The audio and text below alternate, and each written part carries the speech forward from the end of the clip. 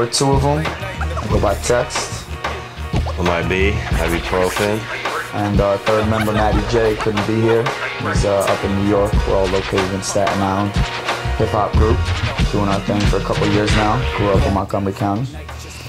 Well, luckily, for a long time, we've had really one producer behind us, Jay Glaze. So we've been real close with him. He's just supplied us with all types of different great music. Yeah, you know, Glaze is first and foremost probably the producer we work the most with. Most recently, we've been working with Mike Cash a ton when Glaze has been up in Vegas working a lot. Cloud Kicker Productions. Yeah, Cloud Kickers. Big shout out to Cloud Kickers. So yeah, Cash is down with Cloud Kicker. And our man JDV Productions out in Canada, man, he's just killing it always with the beats. Check him out, myspace.com/JDV Productions. He just makes beats. We met him a while ago. We're gonna put out a whole album with him in the next, probably by the end of the year. It should be wrapped up. But yeah, those three. And then Flip the Script is another producer. He's on a new album coming up. He rhymes as well and sings, but he does a few different things. He's definitely up there at the House of Dreams on a regular basis with us. You know I had to step back from out the boards, mic check 1, 2. I'ma spit with the pure, raw, uncut passion. Rapping's what I do, hip-hop's what I live. House of Dreams where I brew. That's right, we keep it hot, always added to the stew. But also what we've been doing recently as far as production and making music is we have a band behind us now that we've been playing with, Contraband. We hand-picked them all, pieced them together to back THC, and since they've been in the picture, our production game has sort of gone to a next level using real instruments now. Now we have real guitarists, real bass players, even real drummers really backing our tracks now. So it's turning into a all-out production, not just sort of samples anymore on a beat. You know, it's definitely getting influenced by a lot more musicians. Music, and then me, IB, and Maddie, we generally just get together. Our whole thing is we like to come up with concepts. We really try and stress really, you know, creative ideas in our songs, and, you know, somebody will come up with a theme or a topic, and, you know, we'll just kind of run from there, basically.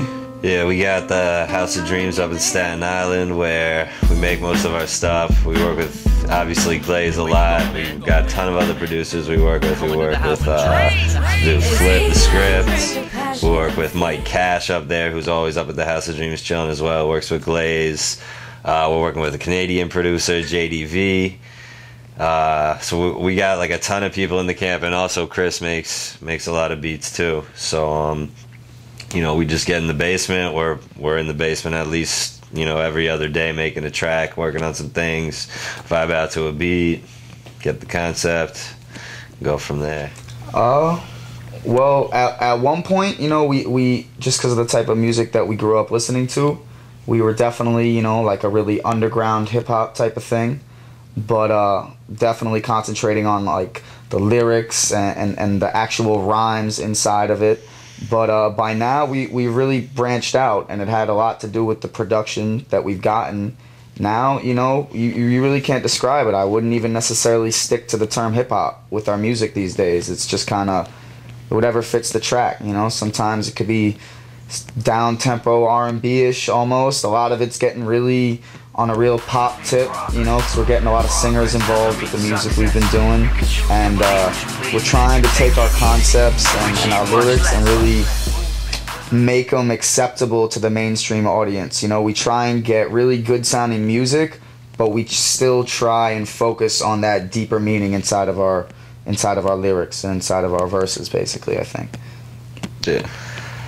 Word. Obviously, you know, it starts from the creators of hip hop, you know what I mean? That's like, we always, in doing what we do, we're always paying homage to these guys, you know what I mean? The Cool Hercs, the KRS-Ones, Africa Bambatas, you know what I mean? Big shout out to our man Tony Crush, who's you know, down for us. We met him. We actually did the Zulu Nation 35th anniversary last year in Connecticut. Got to meet a lot of like the pioneers. Recently, we just did a show. Well, not a show, but we were out for the KRS-One show in the city. Got to meet KRS-One. Him and Maddie got to rock the mic at the end of the KRS-One show. We got to meet Cool Herc.